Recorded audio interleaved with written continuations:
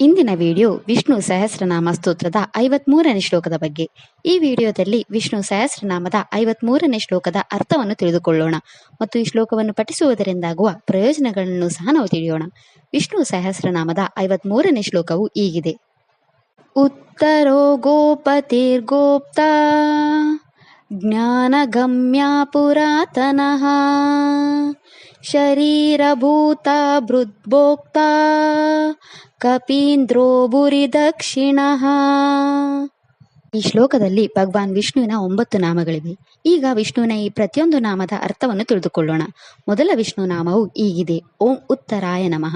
ಈ ವಿಷ್ಣು ನಾಮದ ಅರ್ಥ, ಭಗವಾನ್ ವಿಷ್ಣು ಈ ಸಂಸಾರದಿಂದ ಯಾವಾಗಲೂ ಮುಕ್ತನಾಗಿರುವವನು ಮತ್ತು ಎಲ್ಲಾ ಜೀವಿಗಳನ್ನು ಜೀವನದ ದುಃಖಕರ ಸಾಗರದಿಂದ ರಕ್ಷಿಸುವವನು ಅಥವಾ ದೇವತೆಗಳಿಗೆ ಸಹಾಯ ಮಾಡಲು ಯಾವಾಗಲೂ ಎಚ್ಚರವಾಗಿರುವವನು.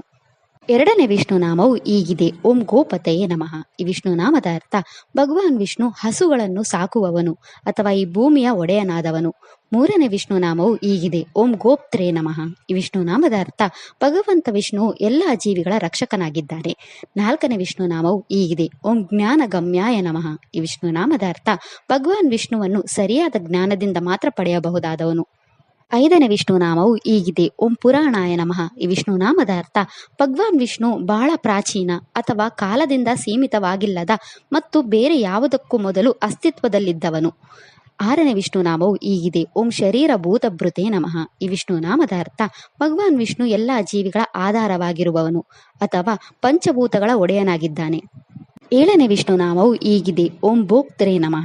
ಈ ವಿಷ್ಣು ನಾಮದ ಅರ್ಥ, ಭಗವಾನ್ ವಿಷ್ಣು ಸತ್ಯವನ್ನು ಆನಂದಿಸುವವನು ಅಥವಾ ಎಲ್ಲಾ ಜೀವಿಗಳನ್ನು ನೋಡಿಕೊಳ್ಳುವವನು. ಎಂಟನೇ ವಿಷ್ಣು ನಾಮವು ಹೀಗಿದೆ. ಓಂ ಕಪೀಂದ್ರಾಯ ನಮಃ. ಈ ವಿಷ್ಣು ನಾಮದ ಅರ್ಥ, ಭಗವಾನ್ ವಿಷ್ಣು ರಾಮನ ರೂಪದಲ್ಲಿ ಎಲ್ಲ ವಾನರರಿಗೆ ಪ್ರಿಯನಾಗಿದ್ದನು ಅಥವಾ ಭೂದೇವಿಯನ್ನು ರಕ್ಷಿಸಲು ವರಾಹ ಅವತಾರವನ್ನು ತೆಗೆದುಕೊಂಡವನು. ಒಂಬತ್ತನೇ ವಿಷ್ಣು ನಾಮವು ಹೀಗಿದೆ. ಓಂ ಭುರಿ ದಕ್ಷಿಣಾಯ ನಮಃ. ಈ ವಿಷ್ಣು ನಾಮದ ಅರ್ಥ, ಭಗವಾನ್ ವಿಷ್ಣು ಯಾಗಗಳಲ್ಲಿ ಹಲವಾರು ದಕ್ಷಿಣೆಗಳು ಅಥವಾ ಕಾಣಿಕೆಗಳನ್ನು ಸ್ವೀಕರಿಸುವವನು. ಈ ಶ್ಲೋಕವು ಜನನ ಮತ್ತು ಮರಣದ ಚಕ್ರದಿಂದ ನಮ್ಮನ್ನು ಮುಕ್ತಗೊಳಿಸುತ್ತದೆ. ಇದು ನಿಜವಾದ ಜ್ಞಾನದ ಮೂಲಕ ನಮಗೆ ರಕ್ಷಣೆ ನೀಡುತ್ತದೆ ಮತ್ತು ಆಧ್ಯಾತ್ಮಿಕ ಜಾಗೃತಿಯನ್ನು ಬೆಳೆಸುತ್ತದೆ.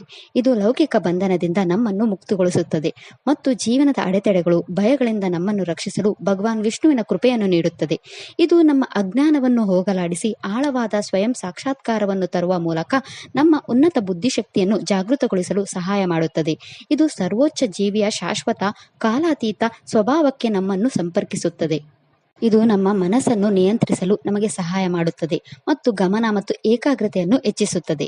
ಚಿತ್ರಾ ನಕ್ಷತ್ರಕ್ಕೆ ಸೇರಿದ ಜನರು ತಮ್ಮ ಜೀವನದಲ್ಲಿನ ಎಲ್ಲಾ ಸಮಸ್ಯೆಗಳನ್ನು ತೊಡೆದುಹಾಕಲು ಮತ್ತು ನಿಮ್ಮ ಜೀವನದಲ್ಲಿ ಎಲ್ಲಾ ಶುಭಗಳನ್ನು ಪಡೆಯಲು ಈ ಮಂತ್ರವನ್ನು 27 ಬಾರಿ ಜಪಿಸಬೇಕು.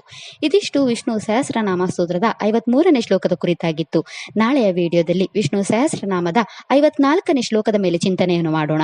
ಶ್ರೀಕೃಷ್ಣ ಅರ್ಪಣಮಸ್ತು. ಈ ವಿಡಿಯೋ ಇಷ್ಟ ಆದರೆ ಲೈಕ್ ಮಾಡಿ, ಶೇರ್ ಮಾಡಿ ಮತ್ತು ಚಾನೆಲ್ ಸಪೋರ್ಟ್ ಮಾಡೋಕೆ ಸಬ್ಸ್ಕ್ರೈಬ್ ಮಾಡಿ. ಧನ್ಯವಾದಗಳು.